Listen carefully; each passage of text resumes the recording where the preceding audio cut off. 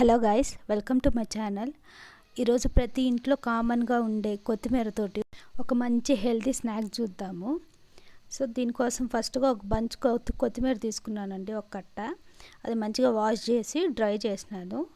So ఇది మొత్తం dry అవ్వకపోయినా పర్లేదు, మరీ నీళ్ళుగా ఉండకూడదు.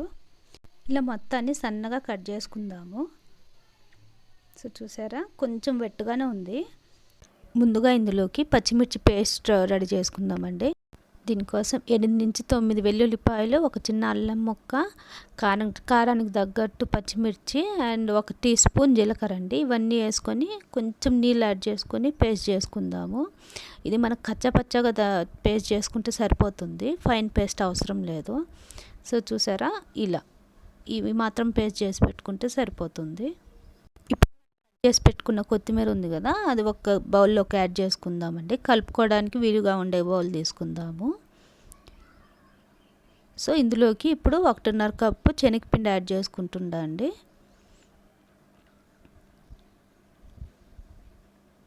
సో 1.5 కప్పు శనగపిండి అండ్ 1/2 కప్పు బియ్యపిండి అండి. ఇది ఆప్షనల్ అండి, ఉంటే వేసుకోవచ్చు లేకుంటే లేదు బియ్యపిండి. సో ఇప్పుడు మనం పేస్ట్ చేసి పెట్టుకున్నాం కదా మిర్చి పేస్ట్, అది టేస్ట్కి తగ్గట్టు సాల్ట్, ఇంకా ఒక 1/2 టీ స్పూన్ పసుపు, 1/2 టీ స్పూన్ కారం అండి. సో ఇవన్నీ మిక్స్ చేసుకుందాము. ముందుగా వాటర్ ఏం యాడ్ చేయకూడదు, నీళ్ళు. సో అలాగే ఒకసారి కొత్తిమీరలో ఉండే తేమతోటే ఒకసారి కలుపుకుందాం అంతా. సో అంతా కలుపుకున్నాం కదా, ఇప్పుడు 1 టేబుల్ స్పూన్ వాటర్ యాడ్ చేసుకుందామండి. మనం కన్సిస్టెన్సీ చూసుకుంటూ యాడ్ చేసుకోవాలి, ఎందుకంటే తక్కువ వాటర్ పడుతుంది దీనికి. మనము చూడండి, 1 టీ స్పూన్ నీళ్ళతోటే కొంచెం ముద్ద అవుతుంది మనకి. సో టోటల్గా నాకు 3 to 4 టేబుల్ స్పూన్ నీళ్ళు పట్టాయి అంతే దీనికి రెడీ అవ్వడానికి. అండ్ మీరు కన్సిస్టెన్సీ కొంచెం లూజ్గా అయ్యి ఉంటే కొంచెం శనగపిండి పైన యాడ్ చేసుకొని కలుపుకుంటే సరిపోతుంది. ఇప్పుడు పైన ఆయిల్ తోటి గ్రీస్ చేసుకుందాము. దీంతో మనకు చేతికి అతుక్కోకుండా ఉంటుంది అందుకు. ఇప్పుడు ఇందులో నుంచి కొంచెం తీసుకుంటూ సిలిండర్ షేప్ ఇద్దామండి. లేదు, కొంతమంది ఇక్కడ మహారాష్ట్ర సైడు ప్లేట్కి ఫుల్గా పరిచి స్టీమ్ చేస్తారు. సో ఇది మనకి ఓల్డ్ స్టైల్ అనమాట. సో ఇలా సిలిండర్ షేప్ చేసుకుందాం అన్నీ. సో మనం దేంట్లో అయితే స్టీమ్ చేస్తామో దానికి ముందుగా ఆయిల్ పూసి పెట్టుకుందాము.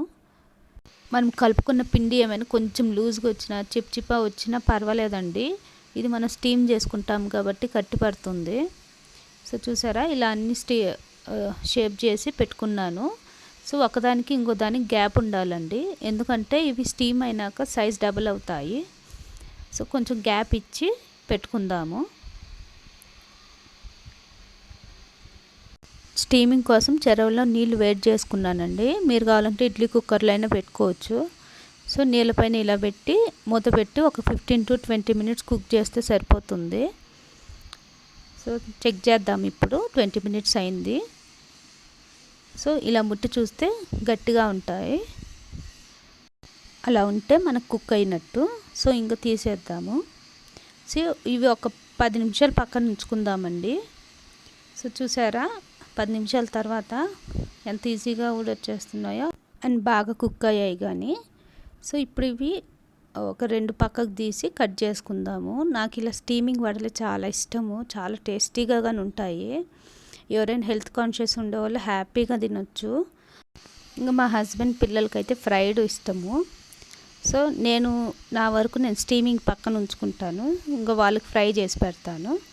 సో ఇప్పుడు అన్నీ కట్ చేసుకున్నాను ఇలా. ఇప్పుడు వీటిని ఫ్రై చేసుకుందాము.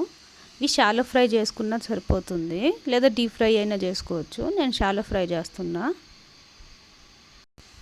కొత్తిమీర అనేది ఎవరికైనా నిద్ర పట్టకుండా బాధపడుతుంటారు కదా, వాళ్ళకి చాలా మంచిదంట. సో మా నాయనమ్మ అనేది, ఇంకా బీపీ షుగర్కి కానీ చాలా మంచిది. సో ఒకసారి మీరు ట్రై చేసి ఎలా వచ్చిందో చూడండి.